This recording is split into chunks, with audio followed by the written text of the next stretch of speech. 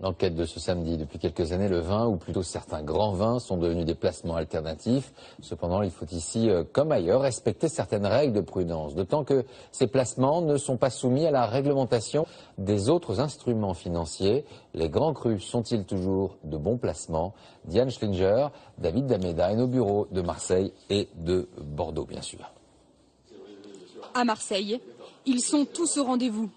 Saint-Émilion, Château Margaux, Pétrus est venu spécialement à cette vente aux enchères des amateurs de grands crus. Eux sont là par amour des vins de prestige. Au téléphone, c'est une autre histoire. Des investisseurs fortunés, souvent étrangers, qui veulent avant tout placer leur argent. 2750, 2800. Et les enchères montent. 2850. C'est bon. 2850 une fois, deux fois, trois Adjugé fois. à 2850 €. Un château Yquem 1975 en guise d'investissement.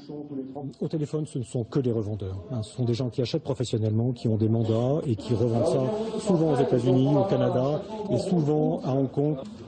Des placements juteux qui cartonnent depuis la crise.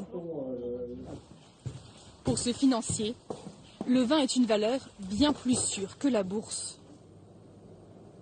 Lorsque vous avez des marchés actions qui sont un peu perturbés, automatiquement les gens vont aller rechercher des valeurs un peu plus sécurisées, qui vont être le vin, l'or, le diamant, l'argent, voilà, toutes les valeurs qui sont un peu dites refuges. Le vin a son propre cours en bourse, plutôt stable. Et miser sur l'or rouge peut être très rentable. Prenons par exemple ce grand cru classé, le Château Lynchbage 2003. En primeur, il coûtait 35 €.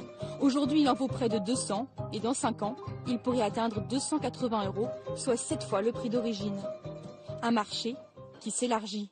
Il ne concerne plus seulement les grands crus et même les particuliers s'improvisent spéculateurs. Dans cet entrepôt parisien, ils sont prêts à louer un espace pour une meilleure conservation et donc un meilleur prix potentiel. Et là, ici, par exemple, c'est une caisse que je garde volontairement fermée. Des vins que j'ai achetés à 15 €. Et par exemple, lorsque le prix de vente sera autour de 25 ou 30 €, là, je me dirais, c'est intéressant, je vais pouvoir les revendre à ce moment-là et j'aurais fait une belle plus-value. Mais attention, comme tout pari financier, miser sur le vin peut être risqué. Depuis 10 ans, les clients chinois se ruent sur les grands crus, créant une bulle spéculative qui pourrait exploser. Olivier Bernard détient une des plus belles caves de la région bordelaise.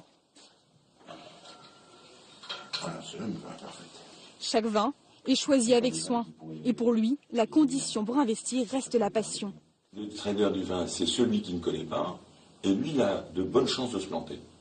Parce que c'est un produit, il y a beaucoup de paramètres. C'est un produit compliqué, donc il faut le gérer avec passion, avec connaissance, avec reconnaissance. Un conseil si vous souhaitez quand même investir, laissez vieillir votre vin au moins 5 ans.